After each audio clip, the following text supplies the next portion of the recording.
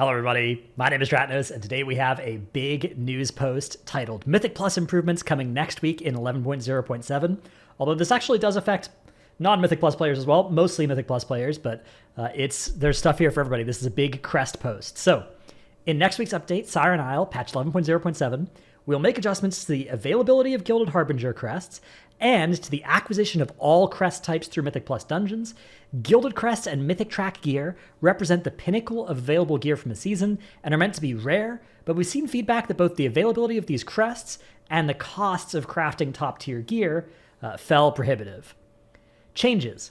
Currency rewards from Mythic Plus dungeons, crests, gold, and Valor Stones. Gold here presumably still going to be kind of an irrelevant amount per key. Valor Stones going up, though, potentially really nice. Now scale by keystone levels, and completing a keystone outside of the timer now always deducts 4 crests. Previously it deducted 7, right? 12 minus 5, 7. Now it's going to only deduct 4. Excellent. This was a huge... If you've watched my videos, one of the most common things that I've said is, I said remove the crest depletion penalty, buffing crest acquisition from keys and reducing the penalty in half. I'm fine with. That's good enough for me, I think. So here's a new table with the drops and the changes. Heroic and M0 dungeons are going to drop 10 crests each, weathered and carved. 2s are going to drop 12 cards if you time it, and 8 if you deplete. 3s, 14, and 10. 4s through 7 are still all on the Ruined Crest, but you're getting more Ruined Crests per level now. And then once you're doing 8s, you're into Gildeds. 8s are as rewarding if you time the key as they were before. But if you deplete the key, you're going to get more crests.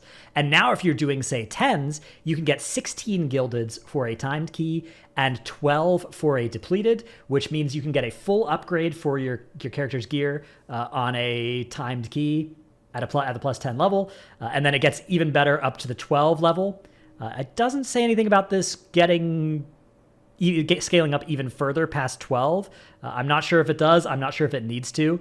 At that point, it's, if you're doing keys higher than 12, there's a good chance that very quickly you're going to be done needing Gilded Crests, whether they're dropping 20 or 24 or 26 for 15 keys. So that part unclear to me, but also I think not super relevant. The big news here is that at pretty much every level, it's gotten better.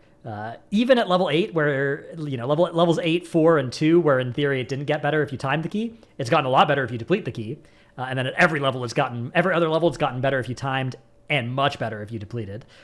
So huge improvement there, whether or not you have the Harbinger or the Gilded. But they are going to be buffing the Harbinger, the Gilded achievement as well, now requiring only eye level 636 in every slot, was 639. So this is actually pretty huge, because this means you can now force this achievement with crafted gear, whereas previously you couldn't do that. For players who are functionally finished with their gearing journey, the bar has been a bit too high, precluding the use of crafted gear and requiring luck to fill every slot. Lowering the threshold from 639 to 636 should add a little more flexibility and ensure that players who are completing the highest or the hardest content feel they can unlock the final warband discount. This is really good. A lot of characters' BIS gear includes 2 636s, right? Of course, you usually are going to have 2 crafted pieces.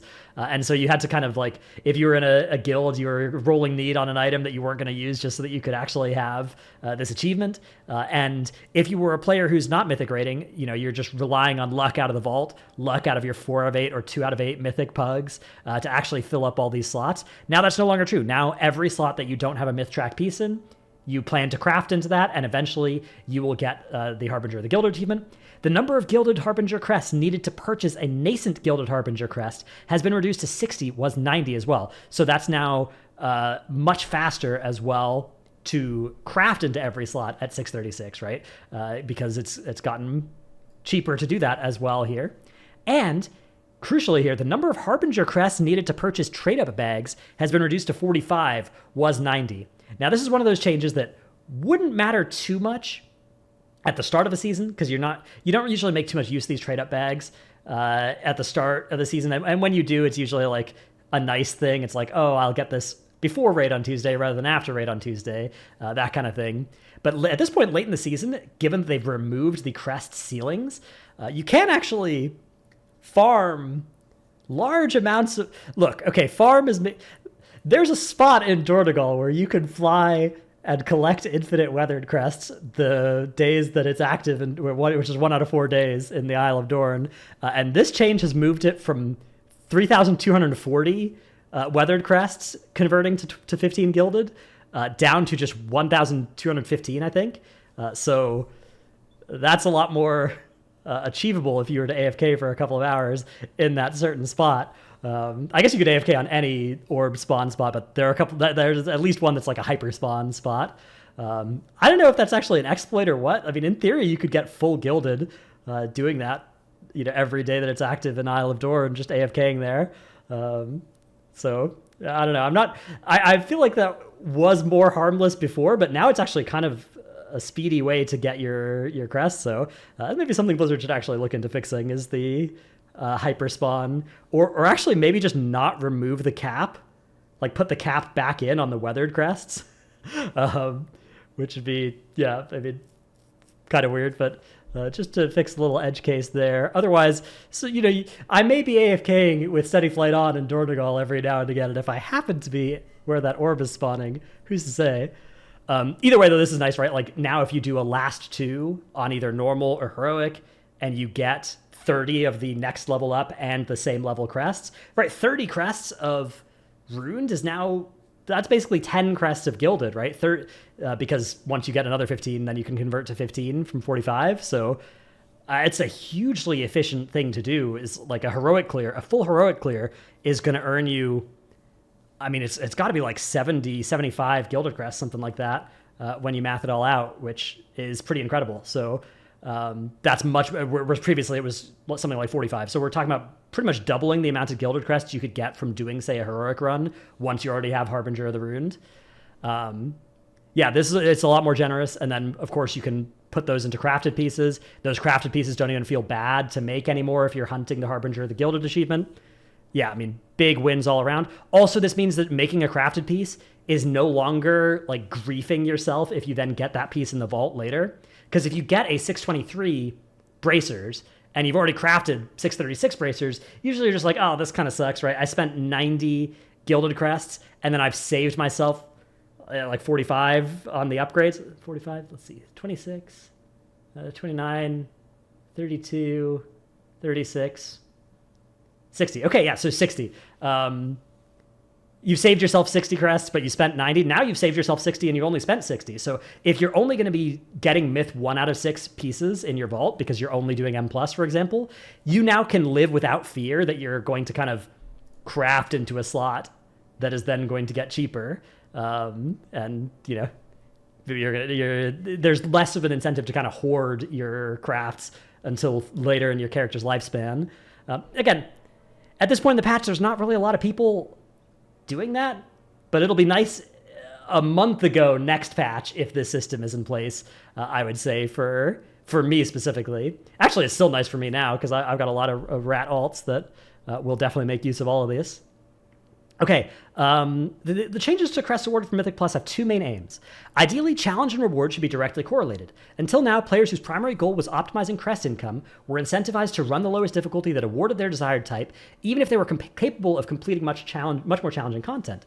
This had the secondary effect of making it much harder for players just entering the Gilded range to find groups for +8 keys, because they were often competing for slots with players who really belong in 10s, 12s, or even higher.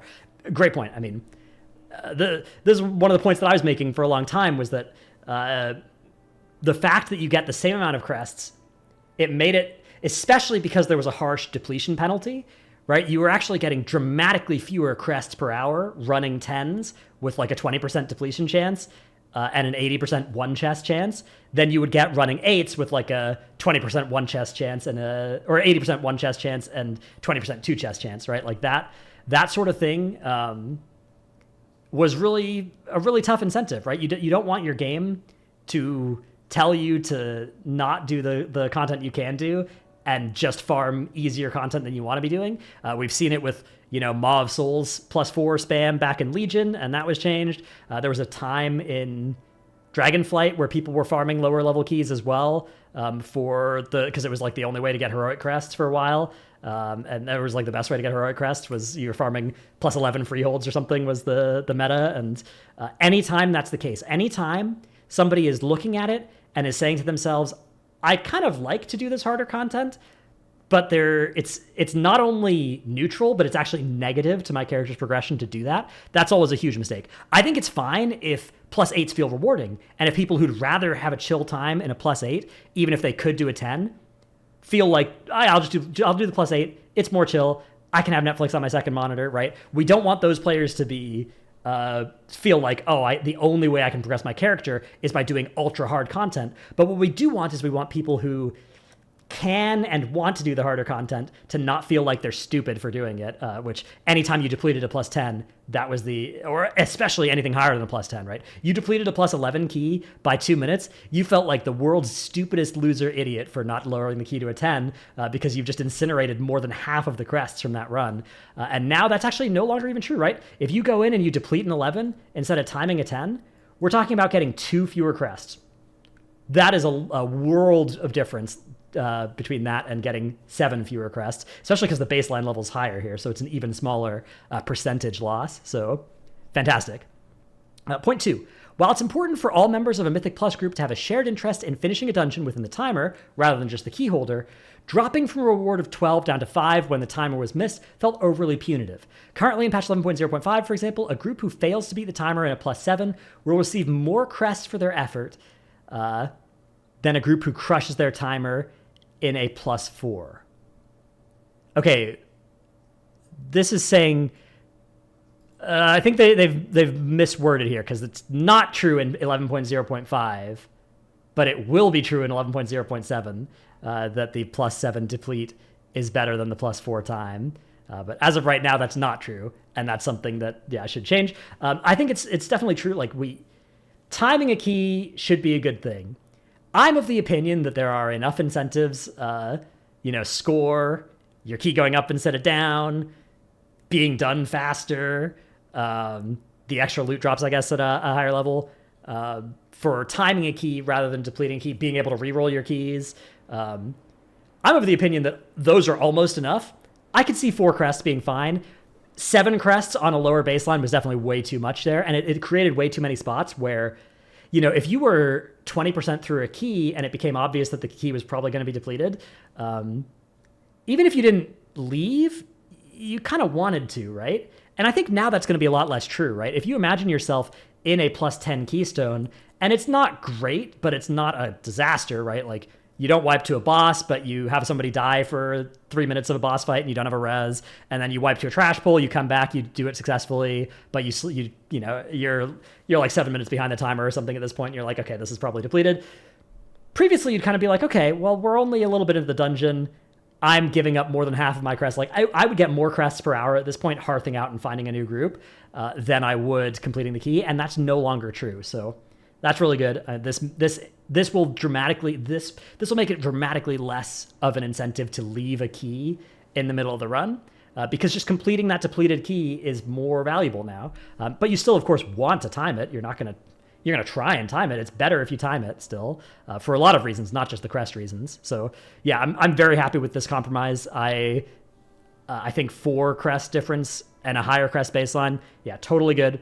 If I was doing it, I probably would not even have the 4 crest difference. But that's okay. I will no longer be complaining about that. We hope it strikes a better balance of incentivizing group effort while still feeling rewarding. Yeah, great. I'm very happy to accept this trade offer. Our goal with these changes is to help players who are attempting to push into the upper echelons of content, as well as those who have alts they're looking to gear up to match the progress of their mains. Thank you for all the feedback that helped shape these changes. As always, we'll be following closely to see how this reward structure plays out in 11.07. So yeah, I mean, this is great for the middle of the patch. I am interested to see if this is going to hold into the next patch, because one thing that was true this patch was that crafting, especially anything other than a two-hander using nascent gilded crests early, felt really bad. It was often still correct to do so, but it felt real bad. And usually you would kind of jump through some hoops to make sure you could craft a two-hander instead of other stuff so that you could be more crest efficient. And I wonder if this will carry forward into the next patch, because this is the ratio that we had in Dragonflight, I think. And I suspect that it's probably better. I also just kind of wish crafted stuff and embellished items were cooler. Like, if all the embellishments kind of suck and they don't feel good. I would say the best ones are like the weapon ones, which is a little weird. So I mean, it's not weird, but it's like it kind of feels bad because then your weapons are 3 eye levels lower than your weapon. You want your weapon to be your highest eye level piece. So I don't know. It's an interesting little conundrum they've got here. If it were up to me, I would say I would make embellished items grant +3 item levels as a side effect of being embellished. Like the embellishment also gives things +1, +3 or 4, depending on the eye level, extra item levels, and that would be because you can only have 2 of them equipped, and then that way they would also get to 639, and there'd kind of be no ambiguity. And I think maybe they have to just not let us craft 2-handers. I don't know. I guess that would kind of suck for Fury Warriors. So maybe a Fury Warrior only 2-hander that can be crafted, but then everybody else, and then just not even have it cost an extra spark. But yeah, I think that would maybe be the way to avoid just everybody always doing that. I'm not sure. Or maybe we just make it require 2 nascent crests to do that. I don't know. Anyways, a lot of rambling.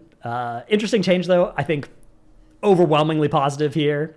Very good change. This is going to revitalize my interest in playing the game. Yeah, that's great. Hope you enjoyed this video. Let me know what you think down in the comments below. Thanks for watching. See you in the next one. Bye.